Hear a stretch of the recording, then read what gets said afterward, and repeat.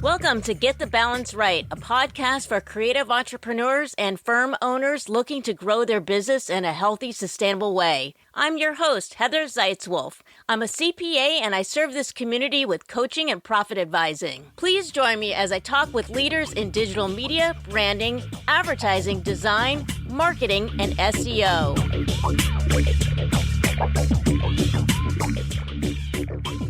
Hey everybody, and welcome to another episode of Get the Balance Right podcast.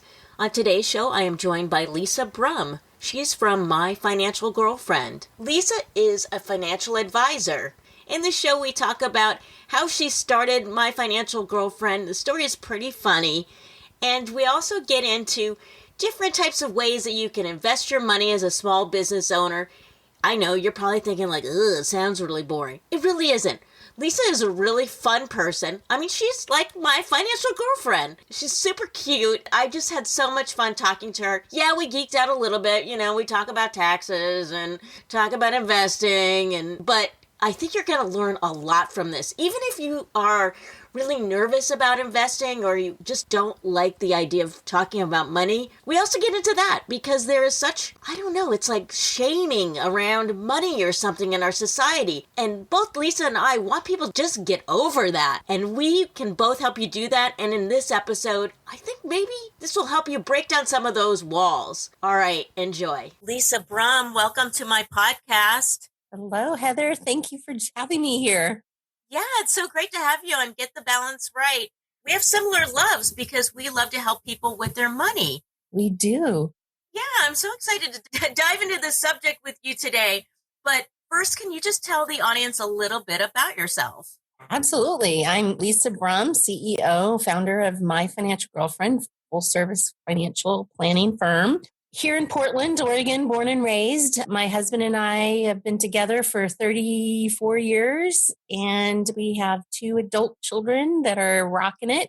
And I think we're going to geek out today over money and finances. How does that sound? I love it. And I'm hoping that the audience is excited about this as well, because it's such an important topic that people just feel like, I don't know, maybe they're intimidated by it. One of the things that I really find fascinating about you is your whole idea behind Financial Girlfriend. And if you could just tell us a little bit about your approach to financial services and how you're different and how you came about with Financial Girlfriend. Yeah, I'd love to. I'm always for the underdog. I've always been that kid that just rallies in movies, just always want the underdog to come ahead of it. And I think about that a lot when I think about money. You and I talked earlier about shame and judging and just not a lot of confidence. And as Americans, we just really get poorly educated. We don't really get a lot of relevancy, right, about our money. We get book learning versus real life day-to-day learning. And it's really hard to put those pieces. I find that most people find that it's just so hard to put all the pieces together cohesively. Siloed, we buy our car insurance because we just got a new car, or we get a credit card because we opened up a checking account.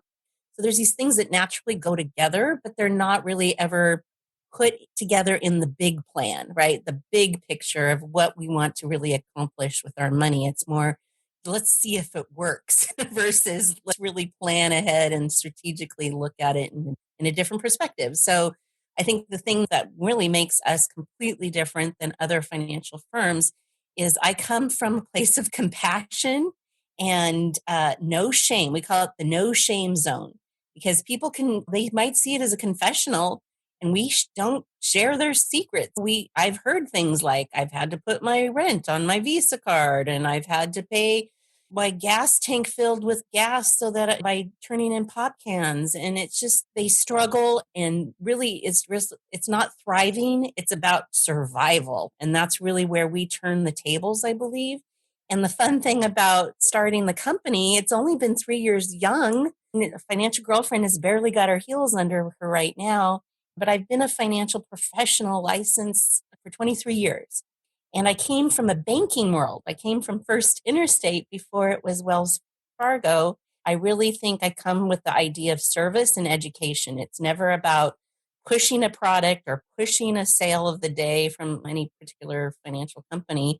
It's about let's see what you got and let's see what might work.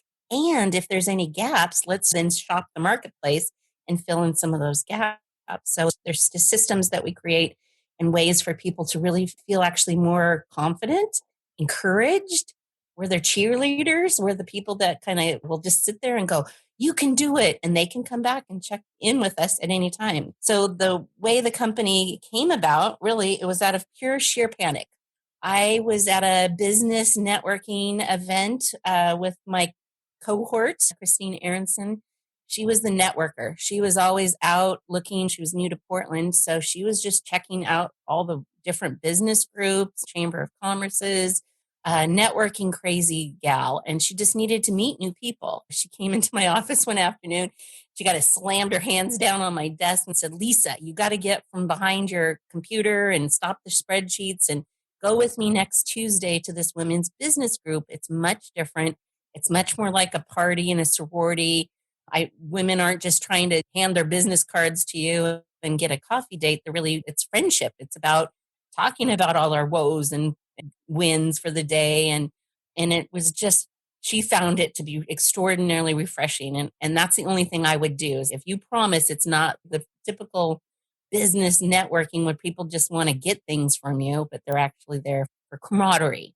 And so I went a little begrudgingly, but she goes, but they have a wine bar. And I said, okay, I'll go. So we got there and it really was very refreshing. It was like real women with real lives, just talking about their husbands and their kids just as much as what book they read and just really getting to know each other on a much more deeper level. And I really loved and appreciated that.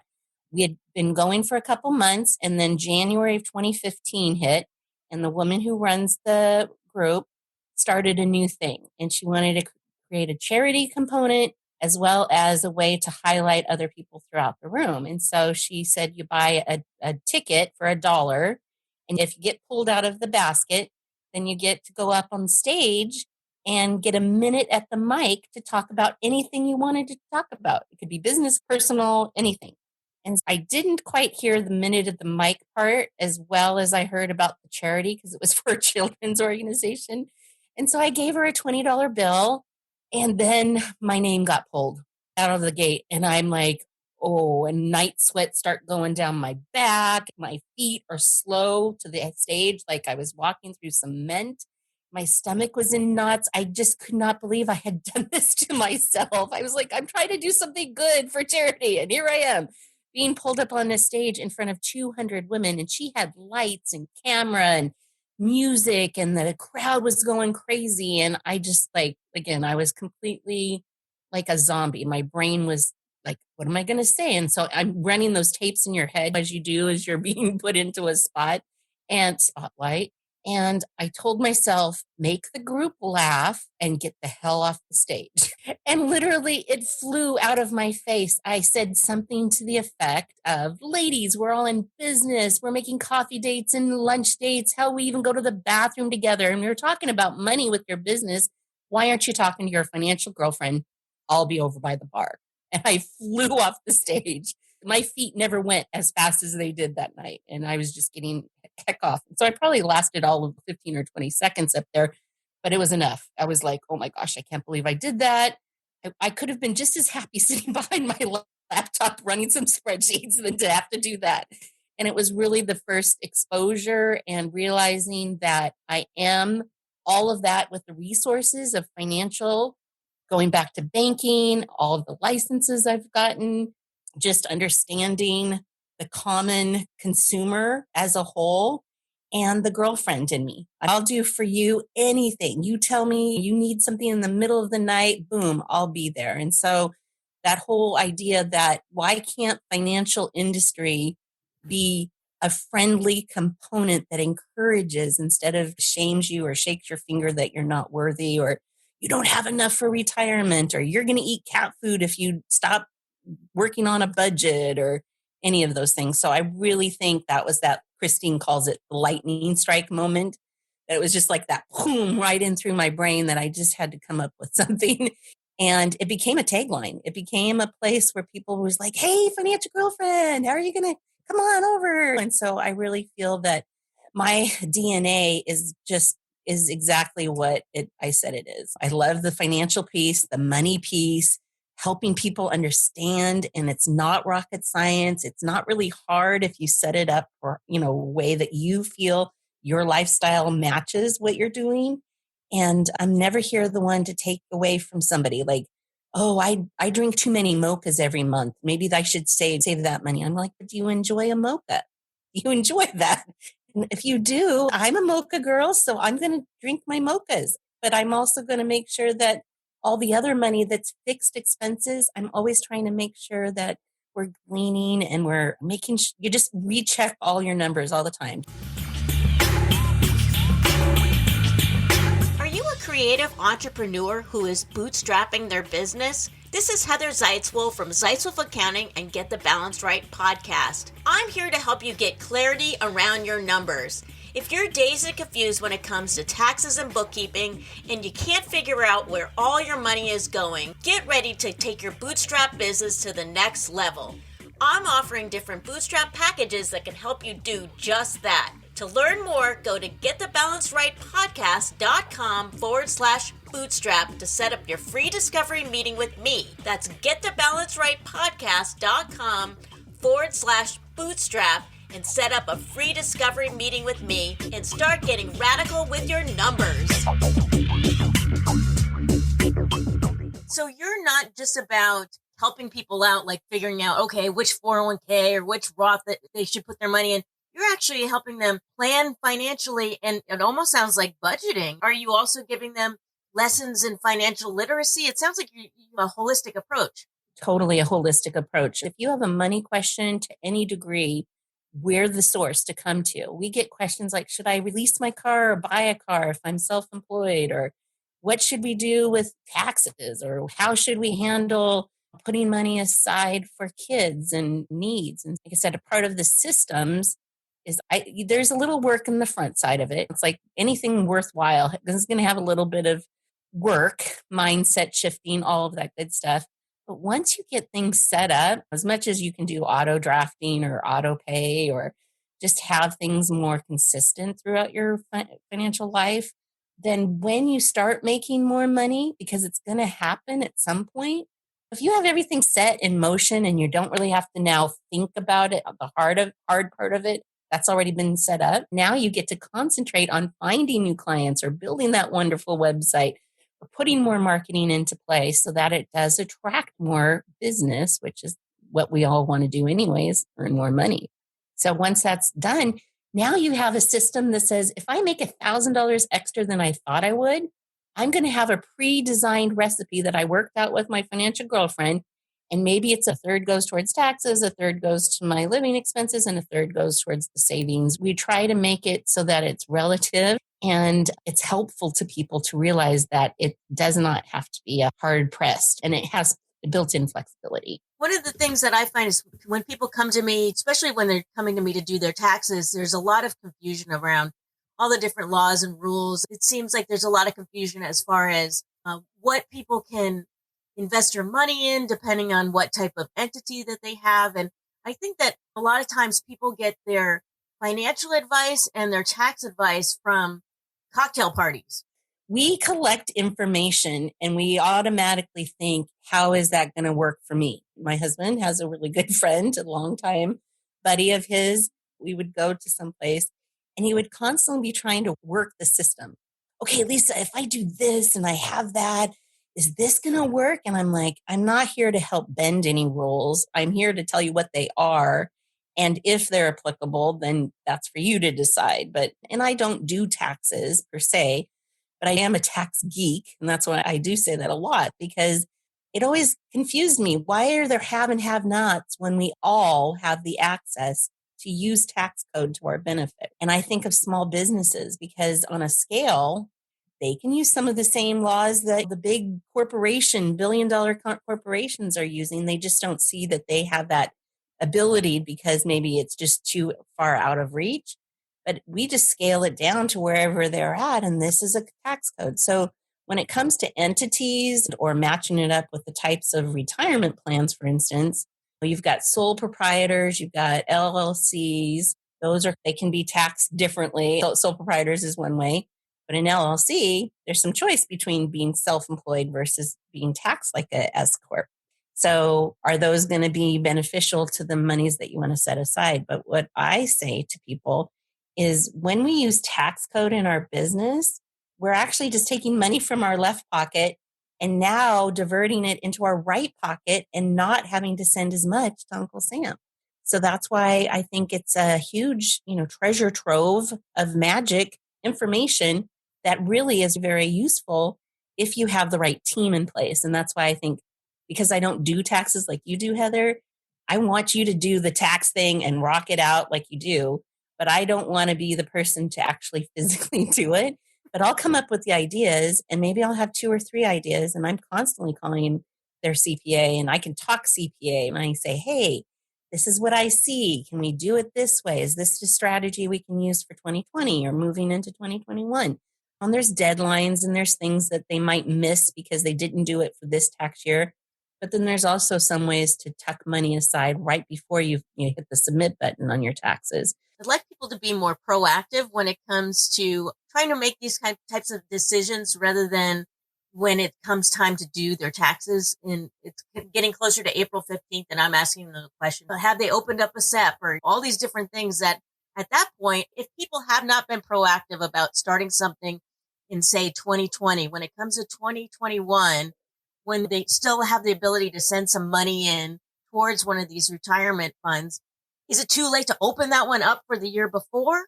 Yeah, we're very proactive with contacting and being in touch with current clients. In new existing clients, we will tell them up front, we can actually open up these types of retirement accounts prior to the end of the year. Now, they don't have to fund it right away. They can put $500 in it, just to at least open it.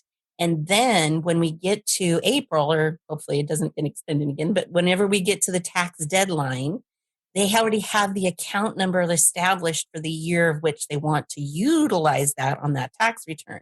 So like right now, we're 2020, and if they open this account with us before the end of the year, we'll get an account number established in 2020. It'll have at least some money, seed money, to start it. And when they go to their CPA and get their tax bill, or maybe even January 15th when their quarterlies are due, maybe they're making enough to have to do quarterlies, and they've set that money aside, sometimes we can make the phone call with the CPA and say, look, if they've overfunded the first 3 quarters because maybe they didn't make as much this year because of COVID, then January 15th of 2021, when they're supposed to pay their 4th quarter for 2020, maybe they've saved enough there that they can dump it into their retirement plan and count it as a deduction instead of have to pay it to Uncle Sam, because you have done their formulas and we can back it up by saying they have an account that's already ready to be deposited to. And so those are the things. It's not a lot of hardship on us to open up an account, and it becomes that future bucket. Hey, I've got my bucket already set up to when it's starting to receive money, and hopefully we can divert some of that from the tax bill on it. I love that. You're a woman after my own heart. There's a few of us out there. Like I said, we are rare breeds, I think, sometimes, but I want to make this more and more empowering for women, especially. We work with everyone. We're the financial girlfriends that guys can tell their wives about, but we also focus on educating women and just really giving them empowerment and a place to take a deep breath and realize that they've got somebody who can help them. Most of the listeners of this podcast are solo entrepreneurs or have small businesses, mainly in the marketing and creative realm. So do you have clients that are in that industry, and do you find any trends with them? Yeah, we have lots of creatives. I think one of the biggest challenges usually is cash flow. We help them look at things. What you have control over is usually your expenses. And I think one of the big pitfalls that small business owners think about is, okay, I had to pay $500 to get my website started, and then let's go find some clients. But they don't really put the numbers together. They don't think of it. If I have to spend $500, how am I going to make $1,000 or $1,500 back? Where's the rate of return? Where's the profit?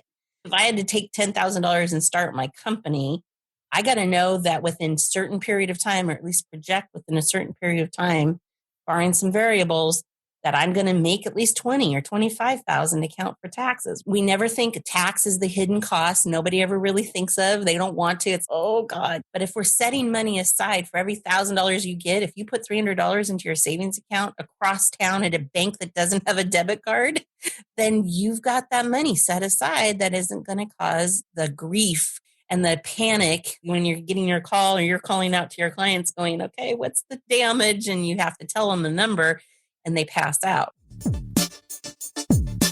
Hey there, this is Heather. I hope you're enjoying the podcast. And if you are, if you wouldn't mind, please hit the subscribe button now.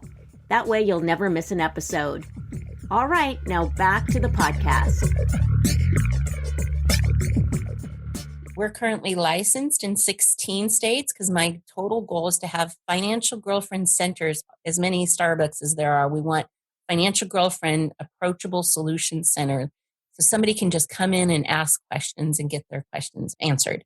Before you get all of these different franchises, or maybe, are they going to be franchises for? Yeah, it's like a franchise model. Yes. Oh, that's so cool. But right now you're located in Oregon and Portland.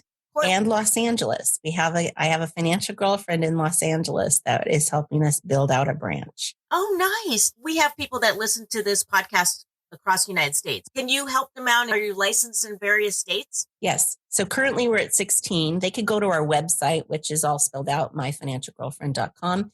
It lists at the bottom all of the states that we're currently licensed. I have some older clients that think, oh, it's just too late for me to start putting money away. They've given up on that.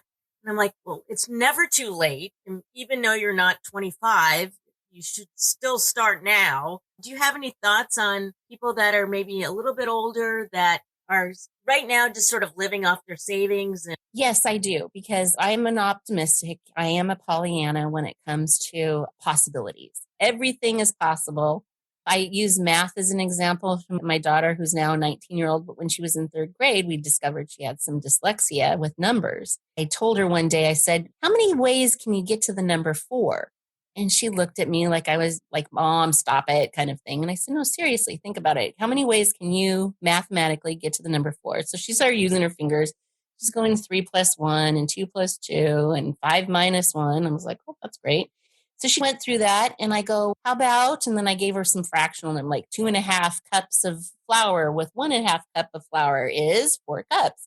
So we started doing that and she was like, whoa, wait a minute, could be hundreds of ways. And I said, actually, it's infinite possibilities. And that really is my mindset when it comes to, am I too late? Is there any way I can do something different now? And I'm 56 years old. And I can only imagine that people feel distraught and that again, I think our financial industry has got some dysfunction because the promotion of information has not necessarily always been forthright. I feel that people just don't get the benefit of having a straight scoop. Now, I will say too, that most people in our industry have this elitism ego going on saying clients don't deserve to know how much we make. In fact, there was a regulation 2 years ago that came out that said we have to have people sign paperwork that says not only is there a percentage involved and what that looks like against whatever their assets might look like, but we have to write it in dollar amount so people can actually see the price that they're going to be paying for that advisor's advice over a long or short period of time, whatever time it is. And I think that older people also feel that it's too expensive. I've already done what I've done, so there's no reason. But tax laws change all the time. As over the last 2 or 3 years, there's a big switch on taxes and how they're, calculated. I think the economy's changed. We can't buy the same things now than we could 10 years ago for the same dollar. So inflation is against us. So in order to combat that, in order for us to have some sense of, I can do this, I can get it done, is that we definitely work with everyone. And older people, I feel, actually have more wisdom about, hey, wait a minute, she just said something I never even thought of, and start implementing it today. And little incremental changes are infinite, huge amounts of changes. And if somebody's in their 50s or 60s with good health, we hope that we're all living longer until our 80s and 90s. I don't think that anything's too late. As long as you have time is going to be your friend when it comes to investments, when it comes to setting money aside, when it comes to just feeling that you're actually moving forward and not standstill or stale. Folks that want to do some sort of investing, but they want to be diversified, can you explain what the difference is between a mutual fund and a value fund? Yeah, so a mutual fund is a compilation of many different holdings, many different stocks or bonds or other types of assets. So there's usually one manager with a team of people that manage particular fund. A mutual fund is the mechanism that most retirement plans use to have different styles of investments and different objectives. Now, when you say value fund, it's still a mutual fund. So everything falls under this mutual fund umbrella. But then when they start naming the funds, so it's like a nail polish color. You've got crystal reds and strawberry reds. You've got all these different names for colors that might be a variance off. So when it comes to mutual funds, you've got growth funds, you've got income funds, you've got value funds. And so the name really is the trigger to what is the type of holding or the percentage of type of holding that's in that. So the word growth usually means that there's a predominant amount, a percentage, higher percentage of stocks. Now it could be like an international growth fund. Then mostly all those stocks that are within the international growth fund are companies that are held outside of the United States. Now some companies like Nike, even though it was here in Beaverton, Oregon, it actually is considered an international company now because a lot of their manufacturing happens outside of the United States. So every name of a mutual fund, you can see the word value is generally a split somewhere in the 55 to 45 range of both stocks and bonds, because bonds are usually income funds. Those are how people generate their income on a consistent basis. So the word income fund might be it has a larger share of ownership in bonds. Now there's corporate bonds, there's municipal bonds, there's government bonds, there's all kinds of different types of these, all within their each category. So generally you can just read the title of the mutual fund and have an idea if it's more aggressive like growth or more conservative like income, and value sits right in the middle being considered moderate. It's a split between both stocks and bonds. A lot of the people that I work with are concerned about the environment and not wanting to put their money into evil corporations. Some mutual funds are lean more towards that, but yes. I know you can't get specific, but there are mutual funds out there that are lean more towards green. Yes. Yep. There's funds out there that lean more towards the environmental component of how to keep things less footprint, more economically sustainable, more environmentally, sustainable, environmentally friendly. There's funds out there that are actually more focused on women and micro lending and working with women who want to develop businesses or incomes to feed their families in, say, war-torn areas. There's ones that have more of a bend towards no guns, no pornography, they want to stay out of certain areas of cigarettes, for instance, because it's put your money where your mouth is. If you have a cause, if you have a belief system, there's pretty much, I think right now there's over 20,000 different mutual funds in the United States. Now, I'll say 20 years ago when this was happening, there were very few out there like this. There's been more and more. Generally, if you're going to put your money into an area that has that specificness to it, it's generally not going to be the market rate. If you're generally earning 7% in a growth fund, and compared to that of a growth fund that has environmentally friendliness more towards it, then it might only be earning 5.5 or 6% on average. So it's generally going to be a little bit less in the rate of return, generally, because you're narrowing down, you're taking out all the other possibilities and you're narrowing it down to a certain category. Again, if you do that in a tax-free manner, or if you're looking for tax deferment, sometimes that compounding effect isn't going to be affected as much. But I say costs and taxes usually is the drag that takes you down on your return. So you want to kind of get the most of your return, but I don't judge. If somebody says, Lisa, I don't want to be in this industry, we will filter that out and only have a certain amount of mutual funds, perhaps check from. But we have software systems that help us, do that. And we can look and really research it out for our clients. We would do that anyway, even if they just wanted a regular blue chip growth fund or whatever. But holdings are important, and definitely finding the right one that fits your philosophy is much more. Sleep better at night. That's what we want to help our clients do, is sleep better at night.